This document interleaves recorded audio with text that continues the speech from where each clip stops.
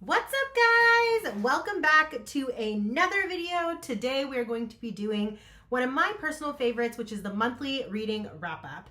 I am wearing my Geraldine's Buttery Bagels sweatshirt. For those who know, they know. Zodiac Academy peeps, where you guys at? But that being said and being announced, that was a great series. I actually really enjoyed the Zodiac Academy series. Didn't really like the prequel series, but I loved the actual Zodiac Academy series.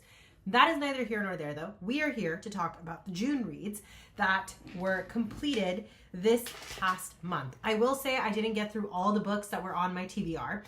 For example, Kiss of the Basilisk was definitely DNF'd at chapter 1. It's not that it's a bad book. It's not anything like that. It's just that it was a little too much for me a little too quickly. And my best friend did warn me. She did warn me. But I just don't think I'm in the right emotional phase for that book right now. So I'm going to try it again in October. So that book did get DNF'd for now. So soft DNF. Then I also ended up not quite getting to the Amalfi Curse, which was another one that was on my list by Sarah Penner. And I am very excited to read that. But part of the reason why I also didn't read that is because I haven't read the Seance Society yet. And I want to finish that one first, if I'm being honest, before I jump into the Amalfi Curse. So, all in all, I only ended up reading 16 books this month in June. So, stick around if you're interested in hearing all about that.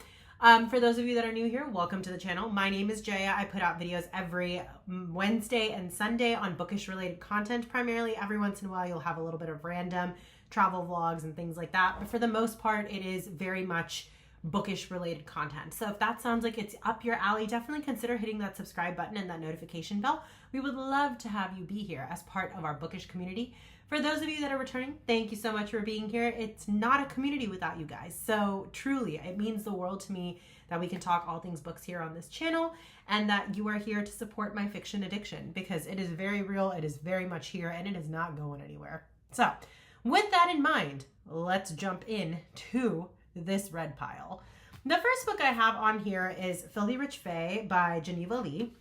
This is Fallen Court, which is the second book in the series. This book did release this year. I want to say it released this released in May. So it was pretty much just fresh off the print when I found this book and picked it up. I am so excited to say that it was quite excellent. I really did enjoy this book. I think the drama that happened in this book was very well done. I also really did appreciate the fact that the main character is kind of finding herself a little bit more and feeling more comfortable in this land and world of magic and fae. There's a murder mystery that's taking place in this one. Basically, there are characters that are being killed off within our favorite fae king's kingdom, and he's obviously kind of on the run as well because he is being hunted for the murder of another fae in his court. So basically we have a lot of bloodshed, a lot of intrigue, a lot of mystery that's going on, and also our girl is finding her true nature, her history, her storyline, and how she ends up mated to a fae. I will say this one was a lot of fun. I'm very much looking forward to the next book that comes in. That being said, this is a filler book. You're going to get a lot of information in this book. You're going to get a lot of story plotline and story vibes in this book, but it's definitely not a definitive conclusion and definitely leaves a lot at the end to be desired for. You do have a main character who ends up kind of dying in this book. That was a really sad moment, but I think it was done well overall. I think in general, this is just a great book, and I did have a lot of fun reading it. It is the only Geneva Lee series I have read, so I have not read the Filthy Rich Vampire series, but given the vibes I'm getting from this, I'm now more open to potentially reading that series as well. But specifically, Filthy Rich Fae is following the Gage family, who are actually fae, but also happens to be the lords, the gang lords, the dons, if you will, of New Orleans. Our main character, basically, Kate, is a nurse by training. She has a stepbrother that she's very much close to in her own way and feels responsible for, but they're not like super close in terms of their friends, their groups, or anything like that. And in the first book, basically, she gets sucked into Gage's world and quickly realizes that there is this world of Fae, and she's trapped in this magical world against her will, and she starts to better understand the Fae realm, as well as the understanding that Gage is not the horrible person that he's made out to be, like any other novel, enemies to lovers. In this second book, they are separated at the beginning of the book. They have to find their way back to each other, and once they do, there are murders that start happening all around them from the various different species, and they kind of have to figure out what's going on before it culminates into something crazy happening and potentially Gage losing control of his city. Overall, I would say this one was quite fun and quite interesting. I did give this a solid 4 stars, and I would definitely recommend this series. I do think it's more of a fall read. That's the only thing I will say. Not the greatest read for October, but because I read so many romance books this month, it was a nice break in between those books, just because it did have the added romantasy aspect to it. All right. Book numero dos. This author's book has been wildly anticipated this year, and that is none other than the goddess Emily Henry. Now, here's the thing. Most Emily Henry books for me, I read them chef's kiss. It's a 5-star read, but every once in a while we get a slight hit and a miss. I will say for me, that was People on Vacation. People on Vacation was about 3.5, 4-star read for me, and unfortunately, so was Great Big Beautiful Life. It pains me to say this. It pains me to say this because I love Emily Henry, and I think the storyline was so beautiful, but it was just missing that classic oomph for me. I just feel like there could have been a little bit more. And this is after doing a lot of soul searching and thinking after I finished reading this book and really trying to figure out where I fell in terms of the ranking of this book.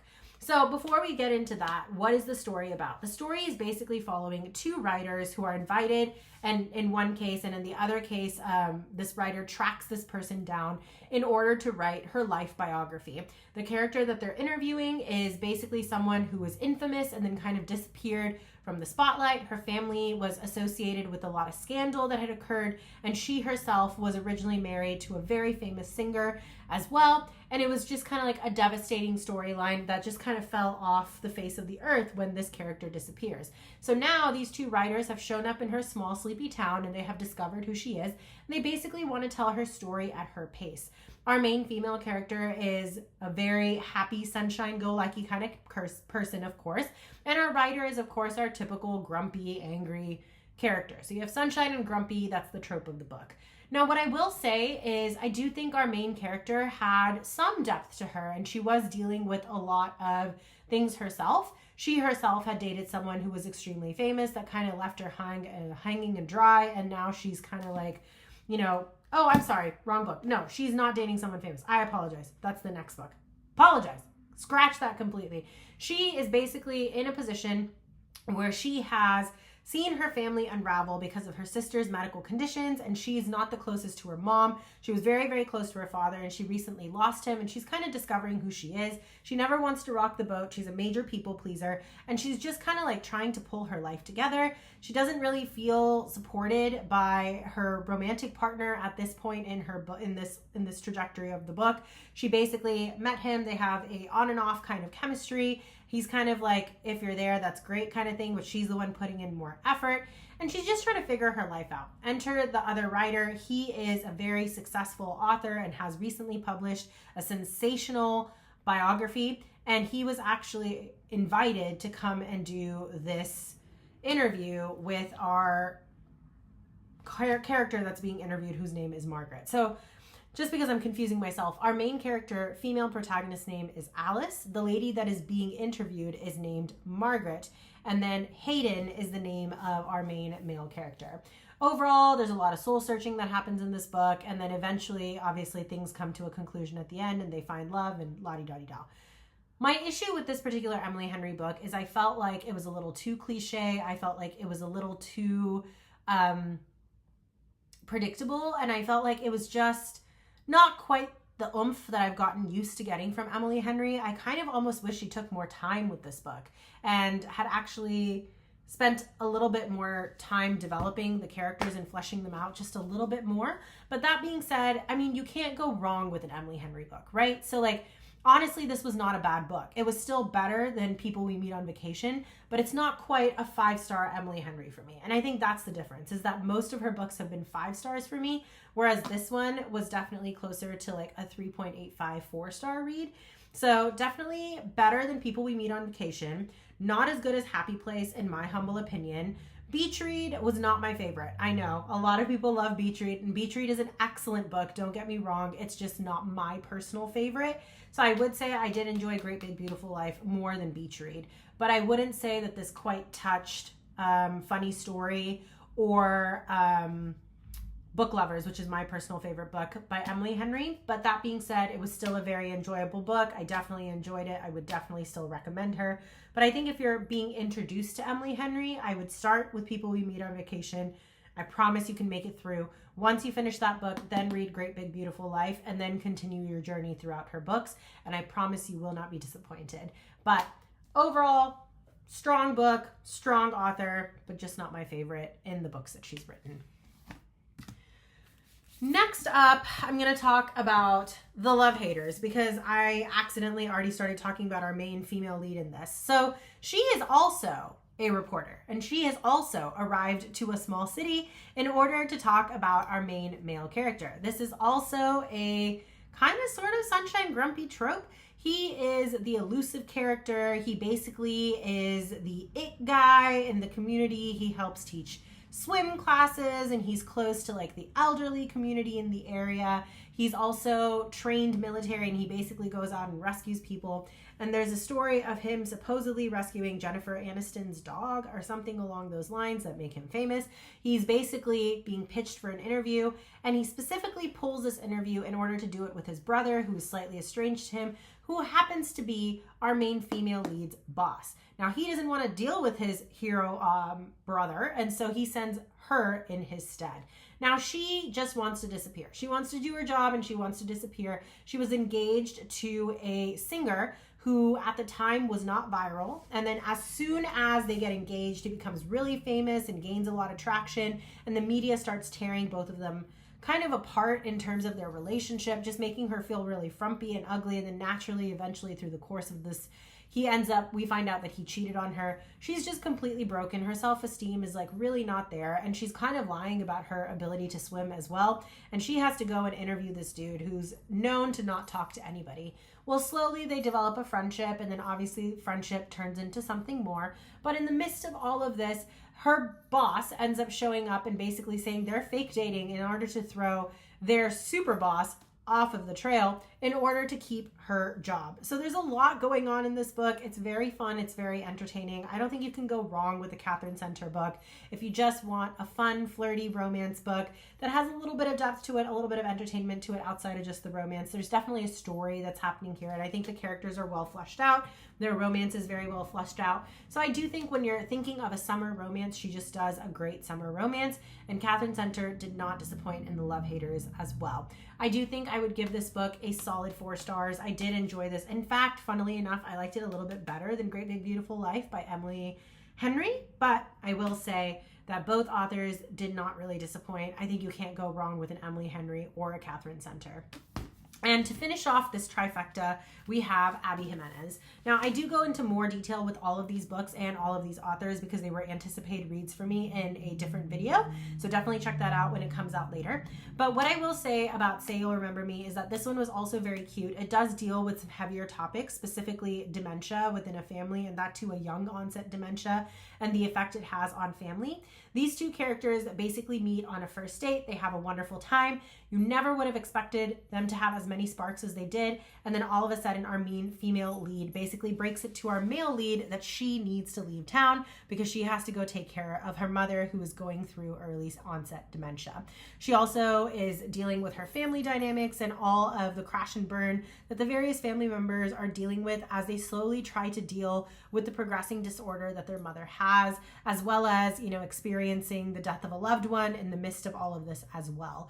It's a very emotionally charged book, and I do think the romance actually takes a backseat to the family dynamics in this book, which I enjoyed about this book. And I do think the actual romance was very well done between these two characters also. So I would say overall this was a great read for me. I really, really enjoyed this one. I think this is one of Abby Jimenez's best work, like Chef Kiss. It's not quite as good as Part of Your World, Yours Truly, or What Happened Last Summer, but I will say, like, it's still right on up there. This book was a solid 4.5 read for me, and I would definitely recommend it to anyone. Just know it's a little bit on the more serious side in terms of the topics that are being discussed.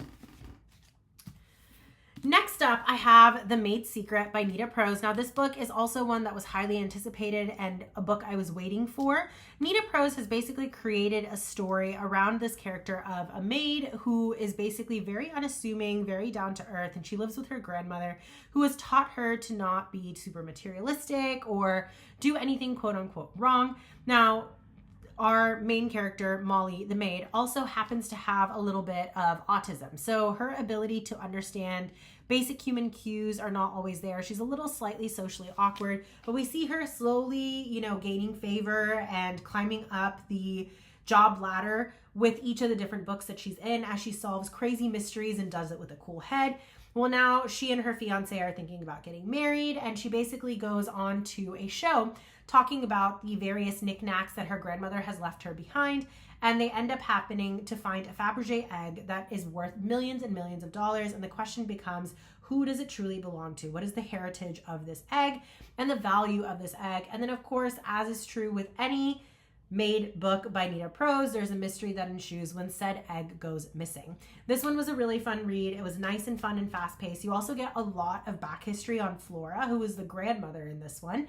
So I did really enjoy that perspective as well, kind of understanding how she became who she is and why she is the way she is and why she raised her granddaughter the way that she did.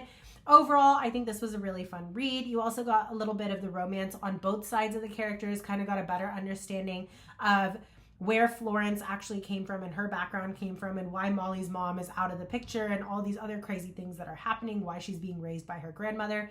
But overall, I think both the mystery and the diary stories went by very nicely and very quickly. The only thing I will say is this one was not my favorite in the Maid series. I did feel like it didn't have quite as much oomph as the other books did, but it was still enjoyable and it was still a great read. Overall, I'd say this book was about a 3.5 star read for me. The next book we have is Summer in the City by Alex Aster. This is my first Alex Aster book. I have not read any of her romanticises like Light Lark or anything like that, but I was curious to see what her writing style was like, and I did actually enjoy it quite a bit. The only thing I will say is that the storyline was not necessarily my favorite. This is basically following the story of two characters. Our main female character is a screenwriter. She's basically being forced to go back to New York and face her demons there. She doesn't necessarily like being there, but she has to write a romance screen script for a movie that she's pitching. And she happens to run into an old enemy of hers named Parker, who also happens to be a bazillionaire. And he happens to be her next door neighbor in New York. And they agree to fake date and basically go through all of New York. In his case, to avoid having to date some crazy woman for just the sake of the press. And in her case, to inspire her to have rom-com worthy moments in order to write into her script. I would say this one was cute. It was entertaining. I really liked the references. And I think my favorite part of this book is the fact that she does give you the full map of all the places that they went to in New York City, which I thought was super cute as the book progresses. I do also think the end of this book was really cute in terms of how they reconcile their conflict and when they fell out of touch with each other and how they resolve their romance. It does also have a little bit of childhood trauma that is affecting our main female character that she has to kind of overcome and go through to prove to herself that she can be with this billionaire man and still hold on to her own identity. And similarly, he also learns to respect her for who she is as a person and understands that you just can't throw money at everything. So it was cute. It was an entertaining novel to read overall. It was like very predictable, very cute, but it was fun to read. But I do think that it's not something that I would necessarily pick up again to reread or anything like that. So it's not something that I would say don't read, but it's not necessarily my favorite romance that I've ever read. But I do still think it was a cute book and it was a fun, fast-paced read. It's a great summer beach read kind of book. I ended up giving this book a solid 3 stars.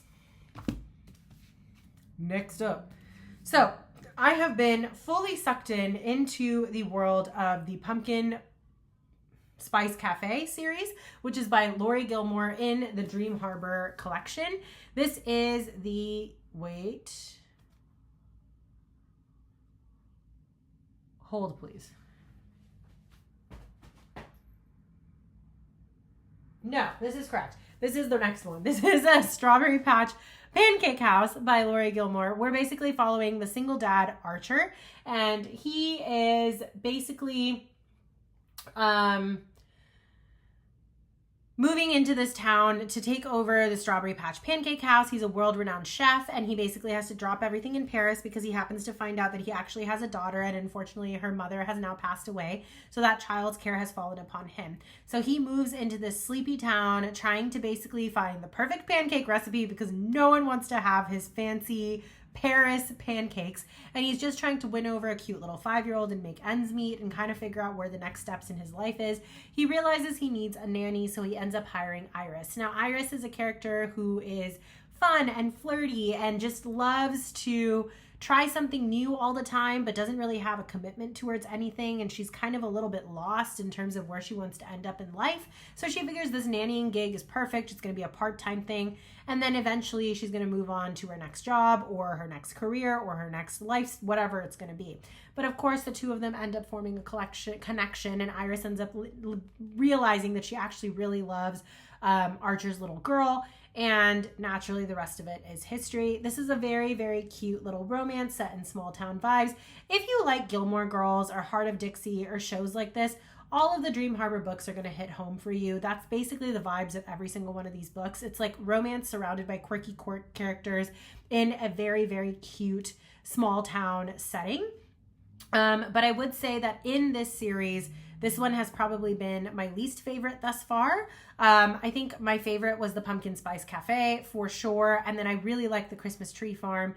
The Cinnamon Bun Bookshop was not my personal favorite. And then this one was not my personal favorite. But I would say that both of them still stack up in that 3-star tier where they're fun to read. It's not like I would tell anybody not to read it or not to pick it up, but it's just not something that I would necessarily write home about. The 5th book in this series is coming out soon, though, and I am 100% excited for that because the 2 main characters in that book are the 2 main characters that I have been waiting to read, and it's a true enemies to lovers situation. So we'll see how that goes. And also, we have a wedding being planned in that book, so I'm very excited for that and for some fun, quirky town vibes. But unfortunately, this one was a 3-star for me.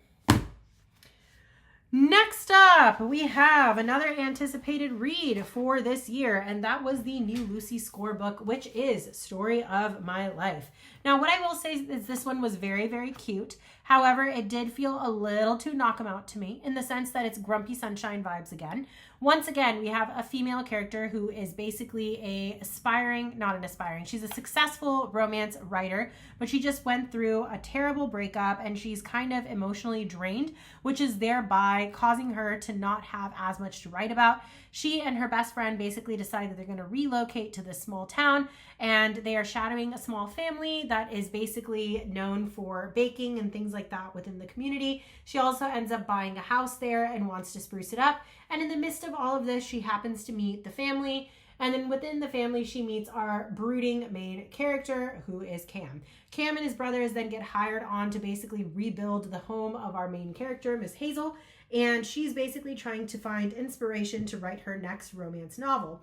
Now, obviously, Hazel is attracted to Cam. Cam is attracted to Hazel, but they don't want to necessarily admit it. They don't necessarily want something serious, so they come up with a deal. They'll basically hang out in secret with no strings attached, and she's basically going to use her experiences with Cam in order to find inspiration to write her next romance novel. You have a lot of small town quirky vibes in this book as well. You have town hall meetings. You have a bald eagle that's the mascot of the town. You have townspeople that are like gung-ho about various little things.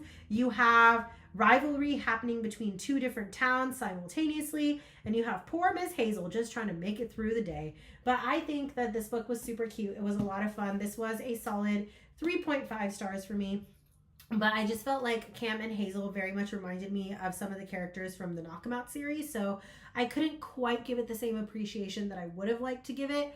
It felt very much in between By a Thread as well as Knock 'Em Out series. So I just felt like it was a little bit predictable. But I do think, as always, Lucy Score just weaves a beautiful story, and I think this was a wonderful summer read. I just also love the painted edges on this book with the pages that are floating around. It's just so cute. But I do think if you're looking for a light summer read, this book will not disappoint. It's very, very cute. I also feel like the spice is not the overwhelming portion of this book. It is there, but it's minimal and it's limited and it's done tastefully. So I did enjoy that as well. And I really enjoyed the fact that you get to see the two characters build a real connection, which was really fun to see. I'm going to talk about these two books together. And that is Ali Hazelwood's new books, which is Problematic Summer Romance, which is the second book in the Not in Love series that she had written last year, and Deep End, which is her new, I wouldn't say young adult, but like college set characters. In this book, it's basically about two characters who end up getting shoved together because they're both into BDSM. And then through that process, they also realize they care a lot about each other. It's also about our main female character kind of being very, very, very hard on herself and being a bit of a perfectionist. They are all Olympic level divers at Stanford who are also studying to go into medicine. So just some very, very intense characters. And they basically blow off steam by coming up with a contract on sexual things that they're willing to do with one another, and then slowly finding love throughout the course of the book. And then in Problematic Summer Romance, it's basically a best friend's brother and younger sister relationship. It's an age gap romance relationship. He is, I want to say 40 something. No, how old is he? 38? Something like that. It's almost like a 13 or 14-year age gap in this book. And it's about Maya Kilgore, who is Eli Kilgore's younger sister, and then Connor. Now, the thing I will say about both of these books is my frustration with Ali Hazelwood books is they are very fun, they're very fast-paced reads, but they are becoming a little bit too predictable and a little bit too repetitive for me. So I don't know if this is the end of the line with Ali Hazelwood for me personally. I do think both of these were like solid 3 stars, but I also feel like the physical romance is very highly stressed in both of these books, which does really irritate me. This book, I think, had a little bit more of an emotional connection, and I did enjoy the story of Maya and Connor a lot more than the story of like Eli and Rue. But at the same time, I felt like the story was very predictable and very repetitive, but I say this was a 3-star read for me. Deep End, I felt like, again, was a 3-star read. There were parts of the book that were entertaining, but for the most part, I just felt like, again, it was really predictable and it was the same story being told again. And I do think as she keeps writing books, the sexual component is becoming pushed further and further to the front, which is also really bothering me. Like in the original book, The Love Hypothesis, there are definitely sex scenes in the book, but it was maybe 1 max in the entire book, and it was done very tastefully and very beautifully. This entire book revolves around that. And I think that's just a me problem in the sense that I've been reading so many books lately, and so many of them are spice positive books, which there's nothing wrong with that, but I just think I've consumed a little too many too quickly, and now I'm just kind of over it. And so maybe that's also skewing my feelings a little bit. But I just also find that Ali Hazelwood's books are becoming a little too predictable for me, so I may take a break from them, with the exception of Maid. I do want to read the second book in the Bride series because I did really like the main character in Bride as well as her best friend, and the second book is going to be about her best friend, and I really want to know what happens to the little girl that was introduced in Bride as well. So I look very much forward to reading Maid, but I do think I might be taking a small break from Ali Hazelwood moving forward because I do find that her reading has become just a smidle bit too predictable. But what I will say is if you want a quick, fast-paced, fun romance read and you don't mind spice and you just want something brainless that you can kind of enjoy, her books are great. I will say though, however, Love Theoretically and Love Hypothesis are both excellent, and I do think those are my favorite books by her. But at this point, with her churning out books like once a year, I do think maybe the quality has dropped just a little bit. That's not to say that she's a bad author. That is not to say that her stories don't deserve to be told. That is not to say that her books aren't good. I mean, heck, I'm still reading them. It's just to say that I might need to take a small break from her. So both of these books were 3-star reads for me. Next up, I have Highly Suspicious and Unfairly Cute. This is a young adult novel that is basically following 2 characters in Britain who are in their finishing years of school. They both are pushing to study law for various reasons, both of them kind of having their heart not quite in it and doing it for the wrong reasons. Celine, our main female lead character, is a very intense girl. She's kind of the school weirdo. She has her own podcast. She used to be bullied as a kid, but then she turns into this social dynamite, and she's also a hardworking student who's doing great in school. She also has some, father figure issues because her father did leave her mother, and she's a strong, independent woman who has been raised by her mother to depend on herself, which is really beautiful to see. She has a good relationship with her sister, but outside of that, she has very few friends. She's fiercely loyal to her friends, but the only thing is she has a hard time connecting with everyone. Meanwhile, we have Brad. He's kind of one of those guys who's an all-rounder. He's very good looking. He's on the football team. He's one of the popular kids. He is also studying law and very, very smart and very hardworking. And he and Celine used to be best friends until he became part of the popular crowd and she didn't. And now there's a sense of betrayal on both of their ends and missed communication moments and an upbuilding sense of emotional feelings towards the other person without quite understanding that romance is forming. They both get sucked into a competition together where they can basically win a scholarship to study anything of their choice. And it's just a very cute coming of age kind of novel. It was very sweet. It was a fun, fast-paced read. And this book, The Breakup Pact, which I'll be talking about shortly, both of the Ali Hazelwood books, as well as, which one was it? Well, those are the main ones for now that I have read from cover to cover with no Audible. The rest of them I did use a little bit of Audible in order to get through the books. But I just thought this book was so cute and it was very enjoyable and it was a fun, fast-paced read. This is like a one-day read. You can literally sit down and finish it in a day. It'll probably take you about 3.5 hours. But it's basically the question of whether two best friends, now ex-best friends, can survive a camp together while competing for a scholarship and also slowly falling in love. Very, very sweet book. Ranking, 3.5 stars. Then we have The Breakup Pact by Emma Lord. I absolutely adored this book. I thought this book was just so cute. And up until the mid-level of this book, I really thought this was going to be a 5-star read for me. Then we got a little too intense by the end of the book, and I think it got dragged out just a little bit. So that dropped it down just a little bit, but this was a 4-star read for me.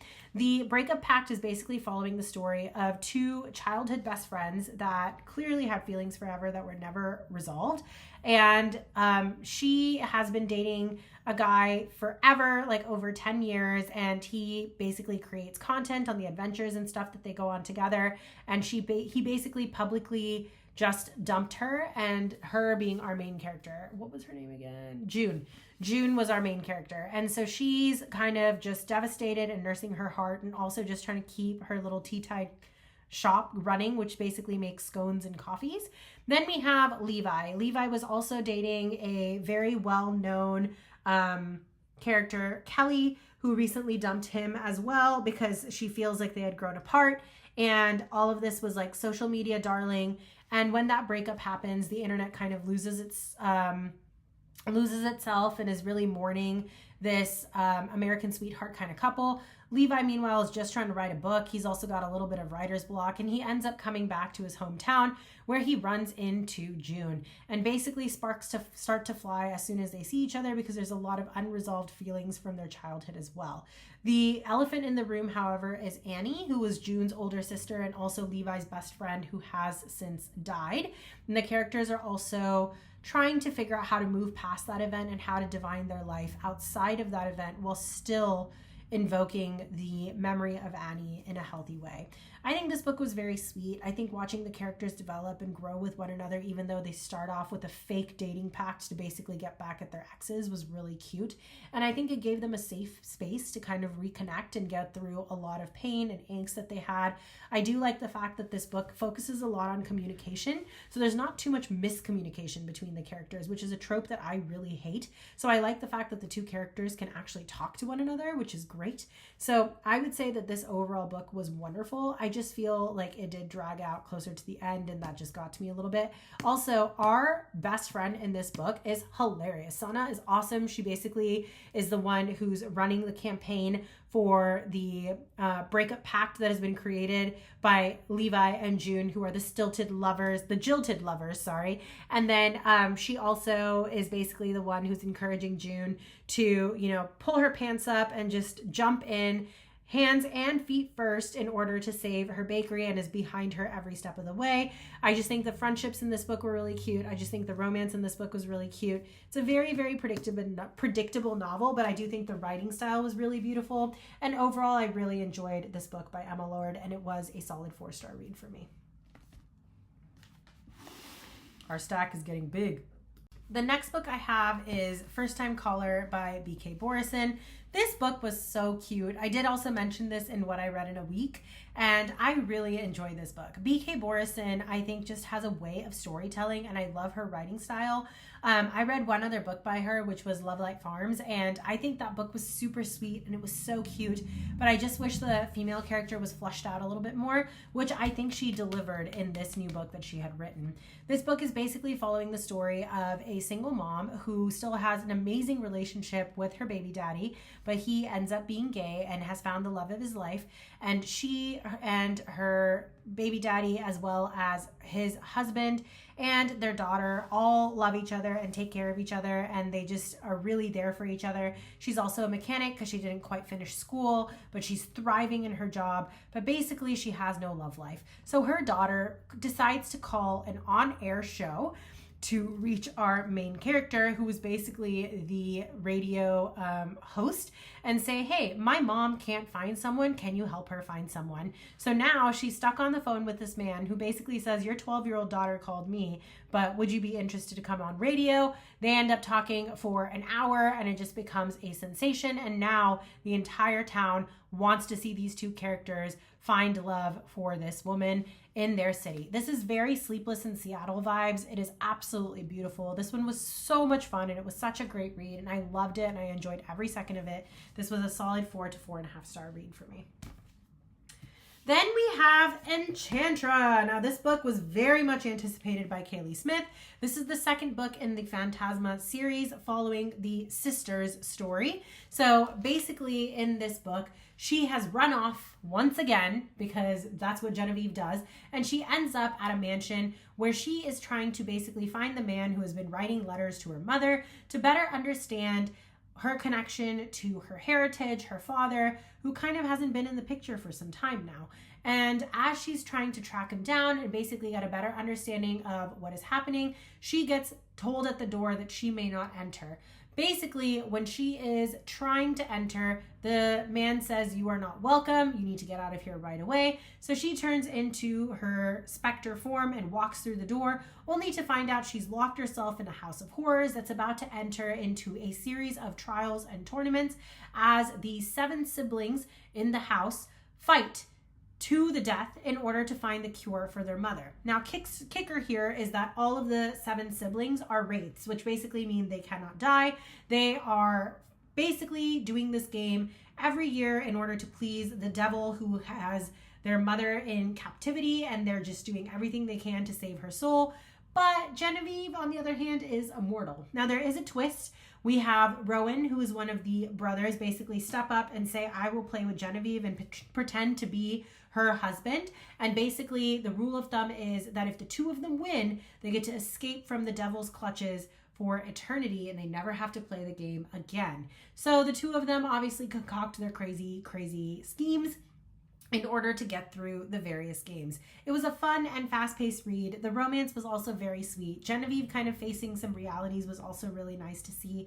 And she has very younger child vibes. And so kind of getting a little bit more of an understanding of why she thinks the way she does, and why she behaves the way she does, and why she kind of acts recklessly sometimes was better understood in this book. I think maybe going into this book, there was a question mark as to whether or not I loved Genevieve's book. I definitely loved her older sister's story more, and I love Salem more. But I will say that Rowan and Genevieve gave them a run for their money, and I did think this book was also very sweet. In particular, I thought the ending was really, really cute because they do get separated at the end of the book, and then their way of finding one another was just very sweet. So overall, I would say this was a lovely book, and I did enjoy it. This was a solid 4-star read for me. Not quite the 5-star read that Phantasma was, but I do fully see myself reading any other book that Miss Kaylie Smith releases in this series. And then now we have next up the books we read for book club. Now, the book that we read for book club this year was called The Club, and it was written by Ellery Lloyd. This is what the cover looks like on this one. This one was an ebook for me, and I did audiobook the entire thing. This book is basically a murder mystery set in a lifestyle setting kind of storyline. If you've read Midnight Feast, I felt like it was very Midnight Feast adjacent by Lucy Follet.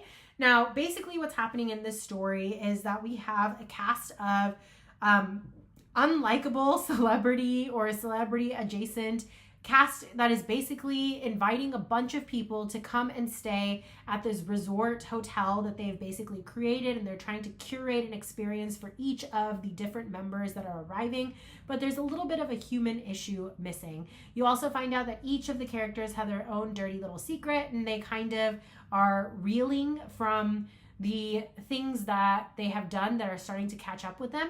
This book is told from the perspective of the present and the past, and it's told through some Vanity Fair articles or Vanity Fair-like articles that are basically describing a weekend that went sour at this resort when a couple of the members are found to be murdered. So basically it's a murder mystery set in glamour and glitz as these characters are basically trying to host a very lovely party, and everything comes to a culmination.